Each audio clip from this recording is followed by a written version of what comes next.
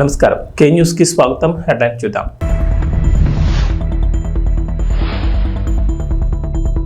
పోలవరం పూర్తికి చంద్రబాబు సర్కార్ కీలక నిర్ణయం. రంగంలోకి అంతర్జాతీయ నిపుణుల బృందం.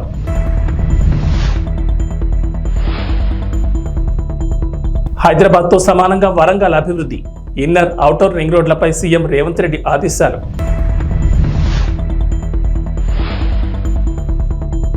ఉదయం 6 గంటలకే ఏపీలో ఇంటి వద్దకు పెన్షన్లు. సీఎస్ కీలక ఆదేశాలు.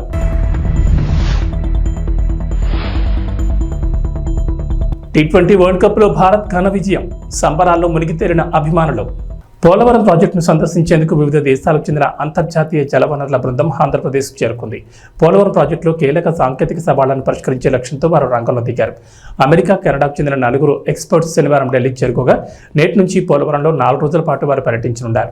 2 రోజుల పాటు పోలవరం ప్రాజెక్టును పూర్తిగా పరిశీలించనున్నారు. ఆ తర్వాత ప్రతి నిర్మాణాన్ని క్షుణ్ణంగా పరిశీలించేలా షెడ్యూల్ రూపొందించారు.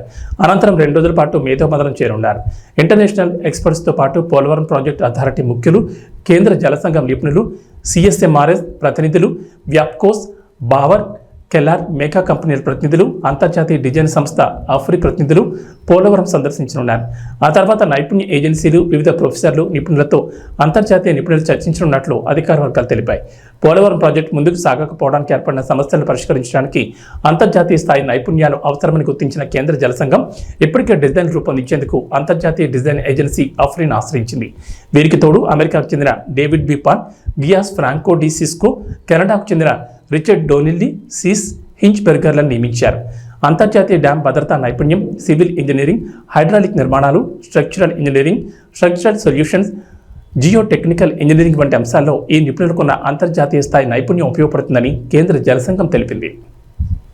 రాష్ట్ర రాజధాని హైదరాబాద్తో సమానంగా వరంగల్ నగరాన్ని అభివృద్ధి చేస్తామని ముఖ్యమంత్రి యనమల రేవంత్ రెడ్డి అన్నారు. పలు అభివృద్ధి కార్యక్రమాలకు సంబంధించిన అంశాలపై అధికారులకు సూచనలు చేసి సత్వరమే ప్రతిపాదనలు సిద్ధం చేసి పంపాలని ఆదేశించారు.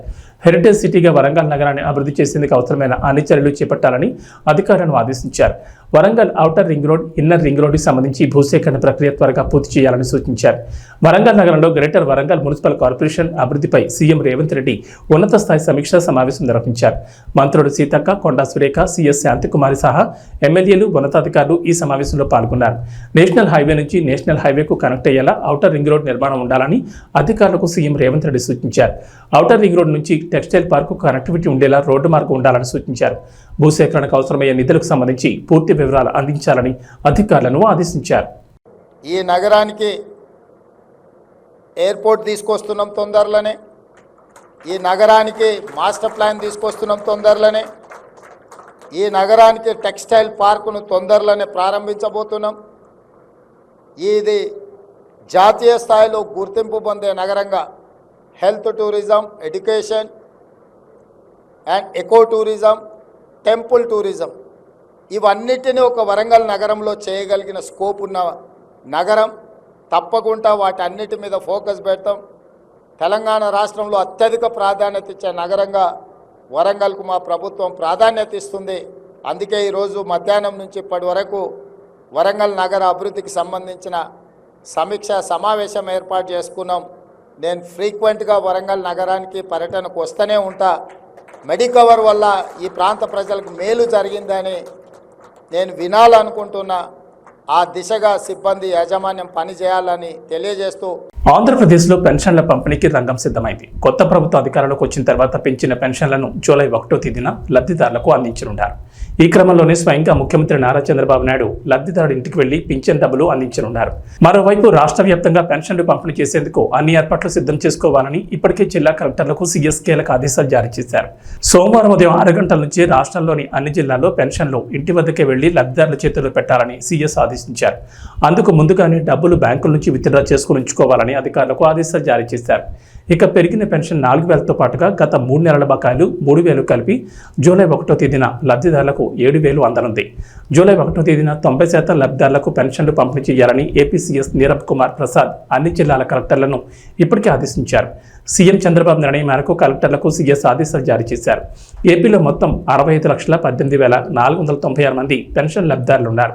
ఇందుకోసం ప్రభుత్వం 4,399.89 కోట్ల నిధులను ఇప్పటికే విడుదల చేసింది. ఇక 1 1వ తేదీ రోజు పెన్షన్లు అందని వారికి తర్వాత రోజు ఖచ్చితంగా అందజేయాలని స్పష్టం చేశారు. ఇక పెన్షన్ల పథకానికి సంబంధించిన పేరును ఎన్టీఆర్ భరోసాగా పంపిణీ చేశారు. ఈ క్రమంలోనే గుంటూరు జిల్లాలోని తాడేపల్లి మండలం పెనుమాకలో ఇంటింటికి వెళ్లి పెన్షన్లు పంపిణీ చేయనున్నారు. ఇలా సీఎం ఇంటింటికి వెళ్లి పెన్షన్లు పంపిణీ చేయడం ఇదే మొదటిసారి కావడం గమనార్హం. 1వ తారీఖు నుంచి మరి చంద్రబాబు నాయుడు గారు ఎన్టీఆర్ భరోసా కింద ప్రతి ఒక్కరికి 4,000 రూపాయలు పెన్షన్ ఇచ్చే కార్యక్రమాన్ని కూడా ప్రారంభించుకుంటున్నాం. ఏప్రిల్ నుంచి కూడా లెక్క పెట్టుకుని ఏప్రిల్, మే, జూన్ 3 నెలలకు కలిపి 3,000 రూపాయలు ప్లస్ జూలై 4,000 కలిపి 7,000 రూపాయలు రేపు 1వ తారీఖు ఉదయం 6 గంటల నుంచి నేరుగా ఇంటికి తీసుకొచ్చి వారికి స్వయంగా అందించే కార్యక్రమాన్ని కూడా మరి ప్లాన్ చేసుకోవడం జరుగుతుంది. అది కూడా అందించడం జరుగుతుంది.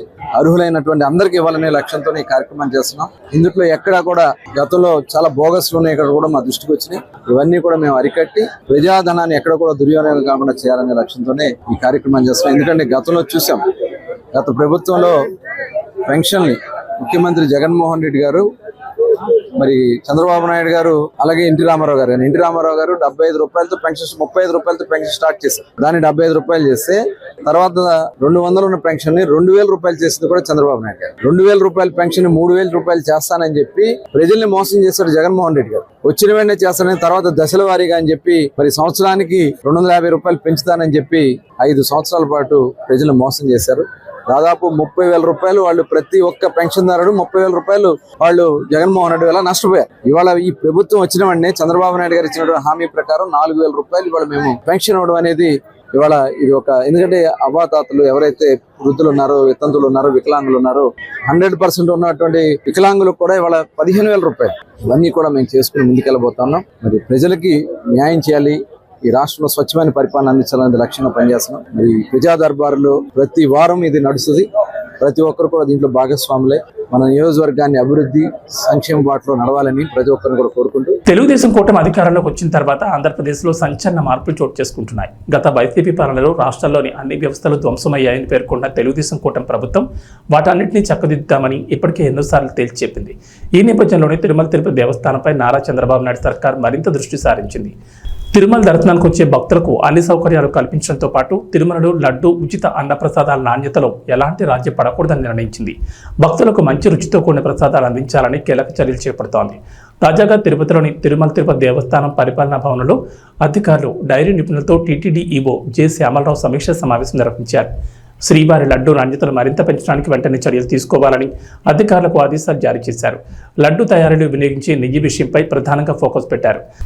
నాణ్యమైన నెయ్యిని ఎలా కొనుగోలు చేయాలి, కొనుగోలు చేసిన నెయ్యిని ప్రస్తుతం పరీక్షిస్తున్న విధంగా కాకుండా మరింత అత్యాధునికంగా సాంకేతిక పరిజ్ఞానంతో ఎలా పరీక్షించాలి వంటి అనేక అంశాలపై చర్చించారు.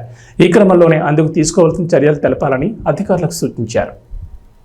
తెలంగాణ ప్రత్యేక రాష్ట్రంగా ఆవిర్భవించి 10 ఏళ్లు దాటింది. మొన్నటి వరకు 2 తెలుగు రాష్ట్రాలకు హైదరాబాద్ ఉమ్మడి రాజధానిగా ఉండగా ఇక నుంచి నగరం తెలంగాణకు మాత్రమే రాజధాని కాగా ఏపీ, తెలంగాణ మధ్య ఇప్పటికీ కొన్ని విభజన సమస్యలు పరిష్కారం కాకుండా అలాగే వివాదం కొనసాగుతోంది.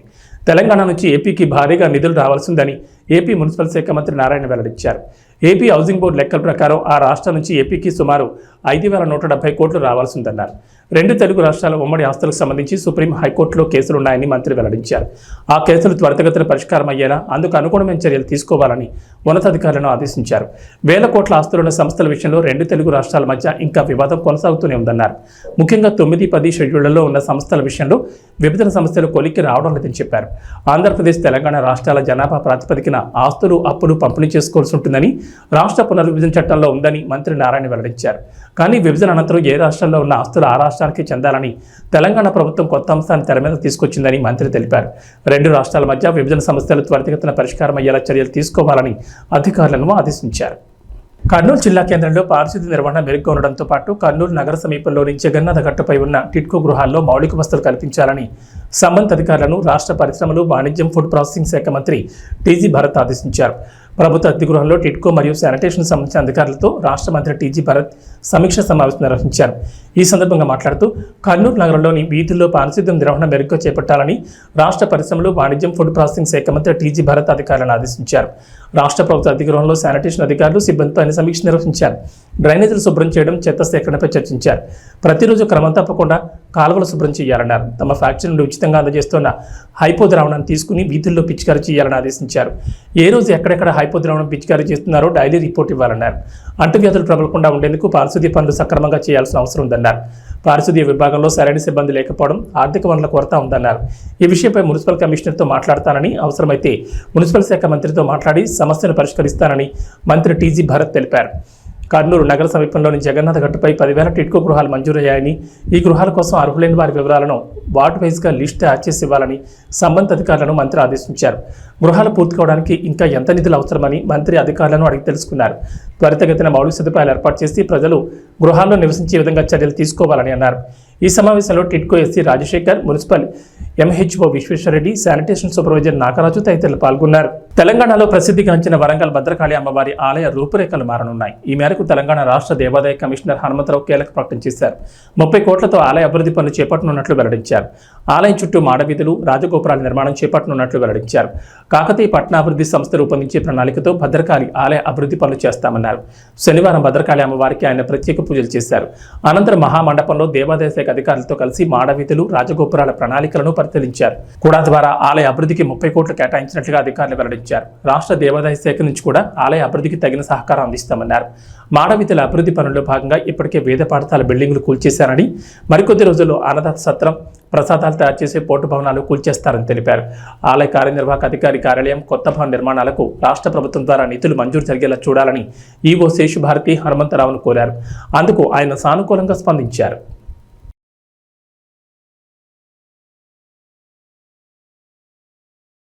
చిత్తూరు జిల్లా పొంగనూరులో YCP MP Peddireddy Mithun Reddy house arrest అయ్యారు. ఈ రోజు కార్యకర్తల సమావేశం నిర్వహించేందుకు మిథున్ రెడ్డి సిద్ధమయ్యారు. ఈ పర్యటనకు మిథున్ రెడ్డి వెళ్తే గొడవలు జరిగే అవకాశం ఉందనే ముందస్తు సమాచారంతో ఆయనకు పోలీసులు అనుమతి ఇవ్వలేదు. దీంతో మిథున్ రెడ్డి ఇంటి దగ్గర ఉద్రిక్త పరిస్థితులు నెలకొన్నాయి.